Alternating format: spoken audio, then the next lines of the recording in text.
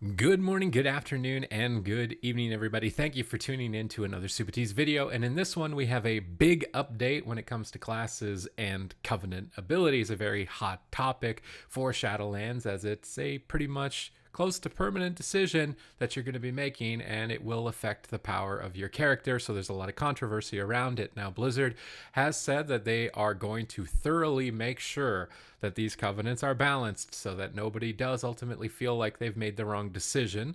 And the changes that they've made to these covenant spells so far, before the game has even launched, is definitely showing promise, although I am still a bit skeptical just due to the nature of it and the magnitude of it, that it seems unlikely that somebody won't be left out. But these changes do look great, so let's get started. We've got Shadow Priest.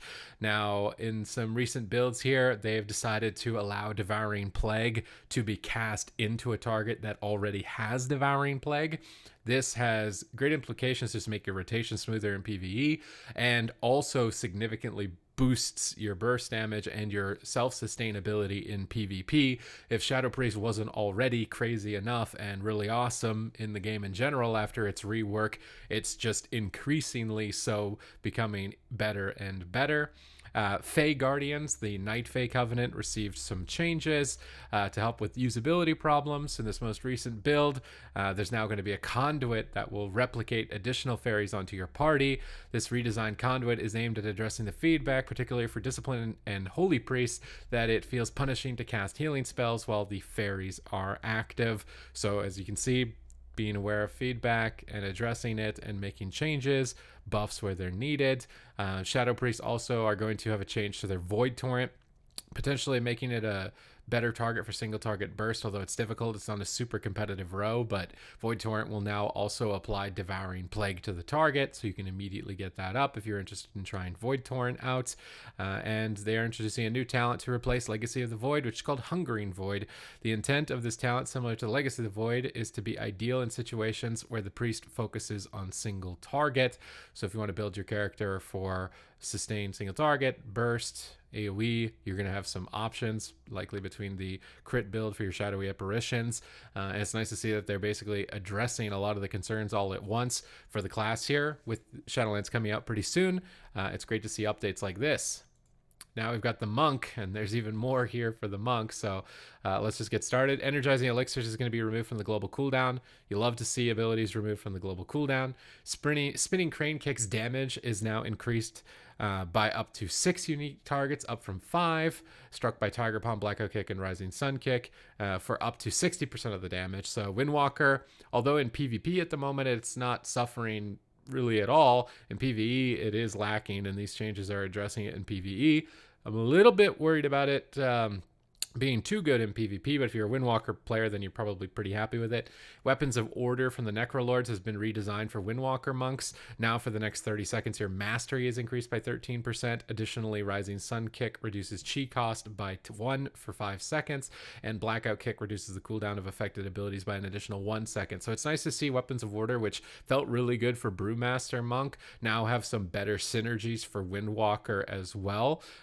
We'll have to wait and see exactly with tuning if this ends up being super competitive, but I see this making your rotation flow really quickly and could be a competitive option for PvP, assuming that the Venthyr Covenant is addressed in terms of its overall potency. Phaline Stomp now deals nature damage or healing for the Mistweaver to targets in front of the monk when cast, and continues to deal additional damage to targets caught in the Phaline. So again, the difficulty of this, that the targets need to stay inside of it, and unlike a lot of other mechanics like Healing Rain or Efflorescence for Druids and Shamans, where they can reposition this more or less at will, your Phaline Stomp is going to go on cooldown, and repositioning it is a very difficult thing to do. So while this is nice, it adds a little bit more texture to the spell that was just a basic AoE. It's still in a position where I wouldn't feel super confident in wanting to run it as really any monk specialization. Of course, if the damage is absolutely absurd, then you just tell your tank to stand in it and you'll be able to make it work. They've got a lot of bug fixes where Rising Sun Kick, Whirling Dragon Punch were not contributing to Zwen's Empowered Lightning, and Rising Sun Kick rank 2 has been restored and increases the damage of Rising Sun Kick by 70%. So in PvE, trying to bring up your power, will it be enough? We'll have to see. In PvP, this is making you even more absurd. So if you're a PvP Windwalker, you're really happy.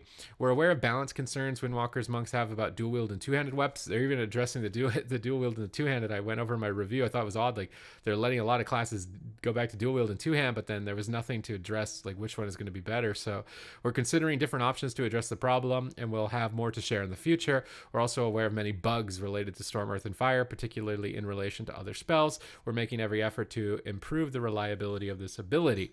So it's nice to see that they are doing as they've said that they would do for monks. Continuing on, we've got the Demon Hunter, which at the time, Sinful Brand was just so massive. Now, a lot of these Covenant abilities have been changed around it. So the Hunt, which is kind of that teleporting one, seemed really fun for Demon Hunter. It fit really well with the flavor. I mean, it's kind of stripped away from Illidan himself. So in my mind, it was a Covenant ability that I would have liked to have taken, but it had some drawbacks. Mostly its competitive damage with Sinful Brand. But the Hunt have recently been redesigned to have a lower cooldown, dot application to 5 targets, and the removal of the teleport and fury generation bonus. We've since tuned the ability to be more competitive with Sinful Brand. Interesting. So the removal of the teleport. So does that mean you're no longer charging to the target? It kind of loses the whole flavor of the ability if you're not. So, all right. Similarly, Elysian Decree has had its damage increase significantly. This is kind of just a boring place on the ground. It does damage and you get some souls for some fury generation. I wasn't super impressed with Elysian Decree in general, but it's getting buffed to be a bit more competitive. I already wasn't interested in it, and I'm really hoping it doesn't end up being competitive with its iteration, but if you were wanting to be a Kyrian and a Demon Hunter, it's definitely on their radar to make sure that the damage is higher. While we like the thematic texture of Fodder the Flame, it's kind of like a cool mechanic, it's a totally unique one, right? For Demon Hunter, you'd call in a random demon, and then you kill it, and then you get your passive buff when you kill a demon as a Demon Hunter to do more damage, and it would also put a puddle on the ground. But you can already see the difficulties of this actually in practice, where I have to summon a demon, I need to try and kill it where I want the circle on the ground to appear, right? There's a huge amount of drawbacks already listed within it, but they've observed the feedback of that. And while it's tied to a very mobile class to a specific area, we think this could be an interesting trade-off, but the benefits of standing in the pool of demon blood need to be compelling. So it looks like this is either going to be a Covenant ability that is absolutely, in my mind, is going to be absolutely ridiculous, because to make a Demon Hunter want to stand still, that's going to have to be super powerful. So it's either going to be a meme in my mind where, yeah, this is way too awkward to use, you don't want to do it, your tank's never going to hold it in the pool, in PvP people are going to run out of it, or it's going to be so ridiculously crazy that you need to play around it, and groups and dungeons and PvP need to play around your puddle on the ground, whether that be you playing with Death Knights to grip targets into the puddle. I feel like this is going to either make the spec completely crazy or still kind of in the spot where it's not useful, unfortunately. Moving forward, we've got Warriors, just a minor update here. I already thought the Arms Warrior spec was doing really good and seemed really interesting, but a lot of people were complaining that its AoE was a bit limited. Now, basically, Colossus Smash and then the Warbreaker talent to improve Colossus Smash is going to apply deep wounds so that you can kind of more on demand apply immediate burst and sustain damage with deep wounds to multiple targets. Just a really great quality of life change to Arms Warrior and bringing up their AoE potential. So nice little update there for Warriors. Moving forward, we've got Hunters, which received pretty big changes, with Necrolord being kind of the best one overall. A lot of the other ones have been assessed a little bit here for Hunter and made a little bit more compelling, which is nice to see. The Kyrian Covenant ability, the one that I think was standing out to Hunters a lot, which was the Resonating Arrow. You'd fire onto the ground, there'd be a circle, and you could shoot through pillars with it. Maybe more of a big deal to PvPers than PvEers, but it's received some changes. The radius has been increased, which in PvP was a really big problem. Not that marksmanship hunters are really struggling in PvP. I feel like I've died to them in less than 2 seconds, probably every single time I meet one that knows how to aim shots. So whether or not they really needed it to be able to shoot through walls with how powerful they are, Probably not, but this is going to make it even easier. So that circle will really cover a pillar. And also, if a target leaves that, you'll still be able to shoot them through the pillar for 4 seconds, which was a big downside of this. Was you'd put the circle on one side of the pillar, and then your target would just run to the other side and be like, haha, your circle's over there, I don't care. And now you'll be able to continue shooting them. So this does make this a lot more compelling for PvP. Flayed Shot has had a minor update to make the bonus kill shot no longer cost focus, which is a big deal. So you get some really big combo burst damage in as any specialization of Hunter. I guess the major downside of the Resonating Arrow is that survival is melee and doesn't really care too much about being able to shoot through a pillar, which is kind of a drawback. I feel like Resonating Arrow is one you only pick if you're marksman. Beastmaster, big deal. Cobra Shot through a pillar. It's your pets that matter. Like, it seems like a covenant that's really awesome for marksman, but if you were going to want to multi-spec into survival or BM, or you're worried about marksman getting nerfed and then you went this covenant, you're really locking yourself into a tough position. The kill shot buff makes Venthyr a lot more interesting. And then Death Chakram will now no longer jump to targets under crowd control effects. And this seems to be a trend amongst most of these covenant abilities, is now they're not going to break crowd control, which is awesome for PvP, right? It was a major downside of them, although Death Chakram was already really solid in all aspects of the game. So now it's just even better, but the other ones are getting bumped up as well. The design of Wild Spirits, this is basically the super powered volley. When you cast the ability, all targets in the area now take some immediate nature damage, and any ability you use, including Kill Command, will now cause up to 5 targets in the area to take extra nature damage. This extra nature damage will ignore targets that are currently affected by crowd control effects that break upon damage, and this is so there's no longer any difference in behavior when used on a single target versus area damage with this ability. So maybe they were worried if in PvP, maybe also in dungeon runs, where you wanted to focus down one target and crowd control another, but they were right next to each other, you wouldn't be able to use this. So now you will be able to use it in those situations, which is nice for hunters in PvP because you have Freezing Trap, which is a really important crowd control that would break to this, and now it won't.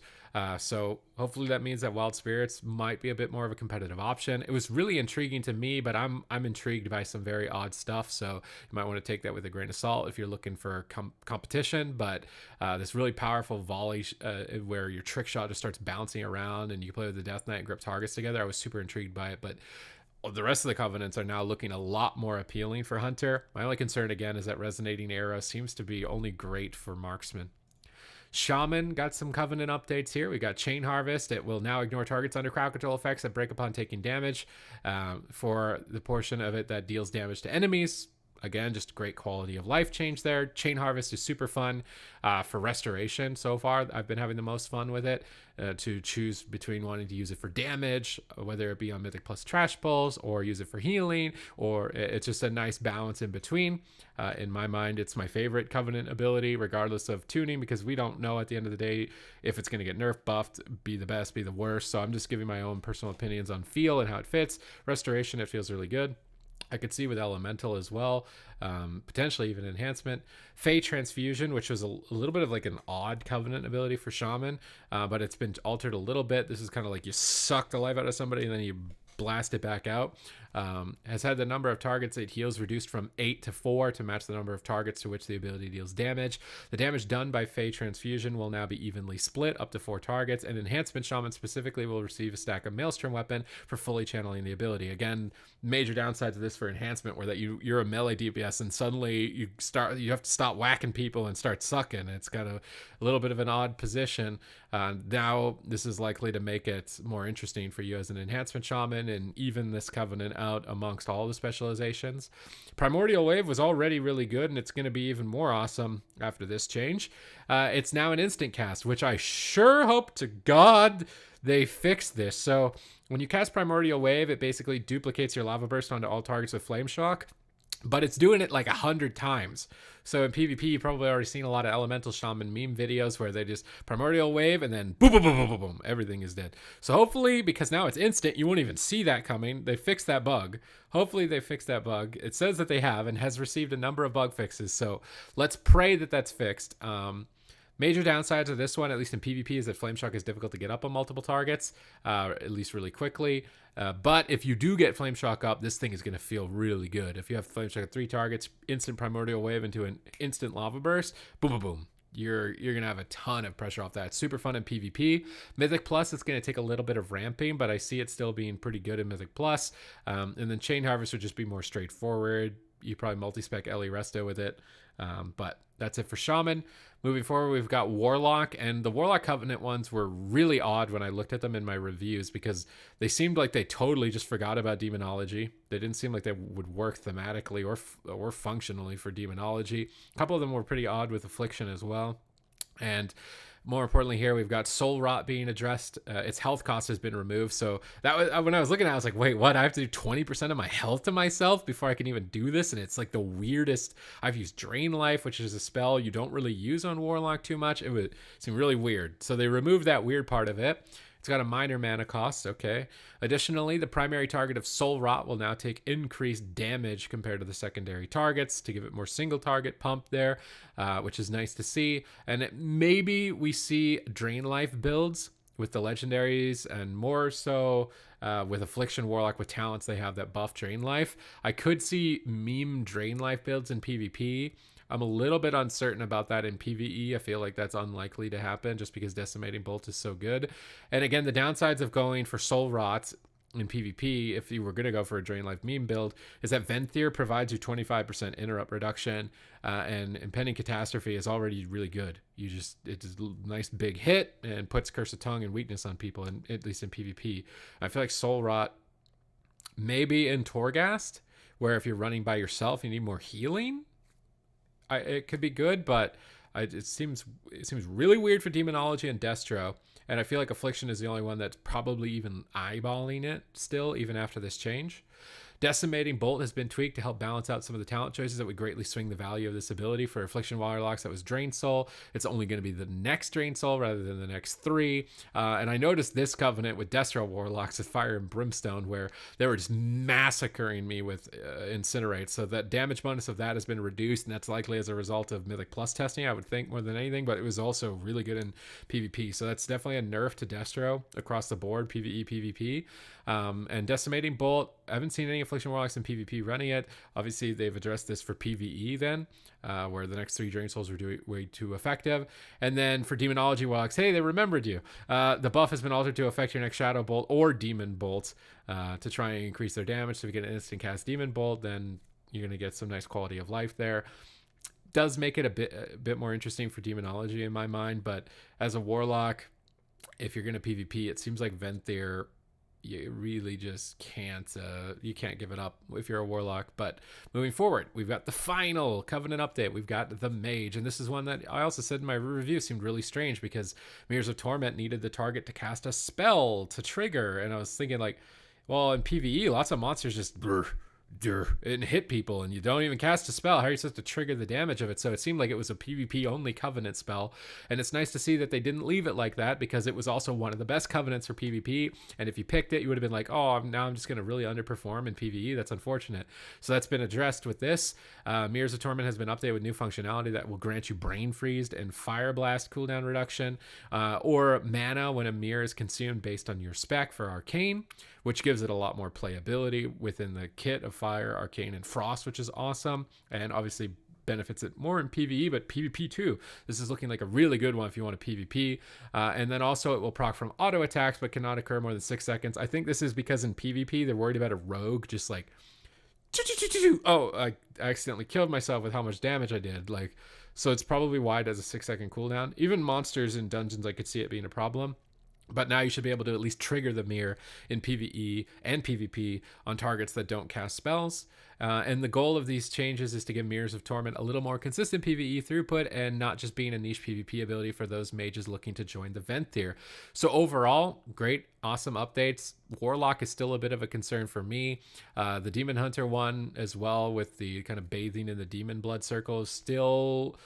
Again, I think it's like make or break. It's either going to be absolutely the best, or I think a meme just with the structure of it. It could be really awesome, but for it to be awesome likely means that it's a mandatory Covenant pick. But regardless, it's nice to see that they are addressing the feedback given to these Covenants and bugs, fixes, and class design. It's really nice to see. Shadowlands is pretty close to coming out, but it does feel like they're sold on trying to make sure that these Covenants feel good. So you're not feeling like you're making a wrong choice when you go for it. It is still ultimately a tuning game, right? And one of them will ultimately be better than the others. But if you want to pick your covenant more based on thematics, it seems like they're really addressing a lot of the concerns that were brought forward in terms of the tuning and power of these covenant abilities. I hope you enjoyed this update.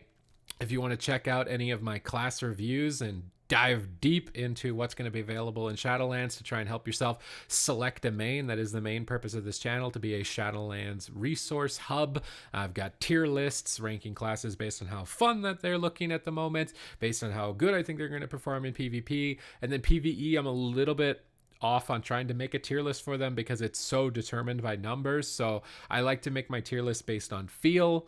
How does it feel? Is it going to be something that I can play for a long time and not get bored? Because I value that more.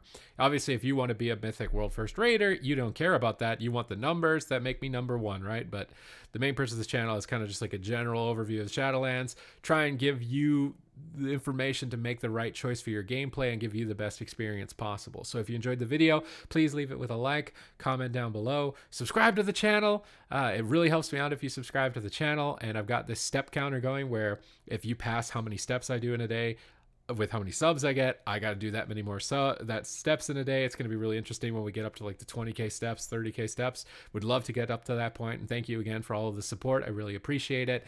Thank you for watching, and I will see you in the next video.